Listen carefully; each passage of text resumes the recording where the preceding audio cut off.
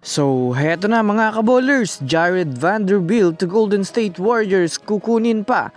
At ang balita patungkol sa posibleng katakutan nga daw ang team ng Washington Wizards sa susunod na season. Tara na't pag-usapan natin yan dito sa Basketball Hot Shots.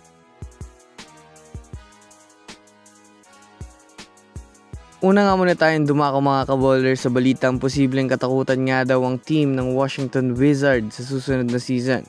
Well, matapos nga po mga kabowlers ang trade ng Los Angeles Lakers at ng Washington Wizards, kanina malamang sa malamang nadagdagan na naman nga po ng panibagong player ang Wizards na yan naman nga po mga kabowlers ang isa sa inihintay ni Anthony Davis ang magkaroon sila ng legit na big man para makapaglaro nga itong si Anthony Davis bilang isang power forward.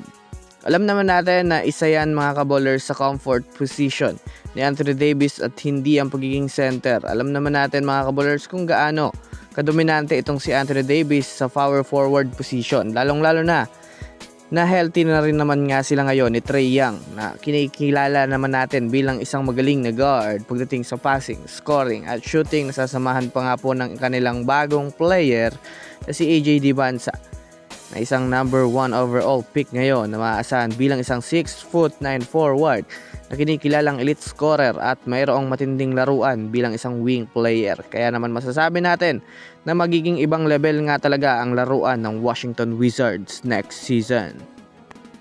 Samantala, pumunta naman tayo mga kabowlers sa balita patungkol sa pagkuha ng Warriors kay Jared Vanderbilt. Well, alam naman nga natin sa ngayon na hindi pa nga po gumagawa ng move ang Warriors ngayong off-season at tanging ginagawa lang nga nito ay mag-offer sa mga player na gustong kunin. Wala pa nga silang nakukuha kahit isang player galing sa ibang kupunan.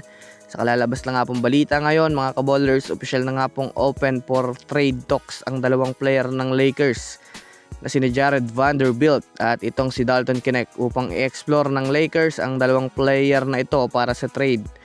Kaya naman dito na nga po mga kabowlers, mas uminit ngayon ang ideya na pwede nga itong kunin ng Warriors ngayon bilang defender, pamalit kay Draymond Green bilang elite na defender din.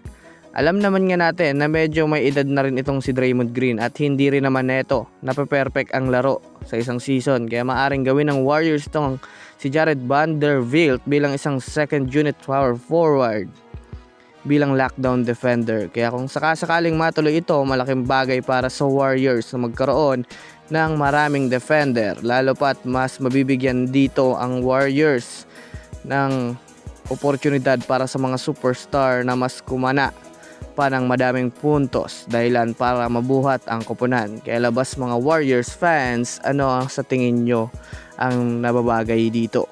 So yun lamang mga kabowlers, yan lang na muna ang ating pag-uusapan sa ngayon. Pindutin ang subscribe and hit nyo na rin ng notification bell para sa mga susunod na updates sa mundo ng basketball. Again, this is Basketball Hot Shots. Thanks for watching.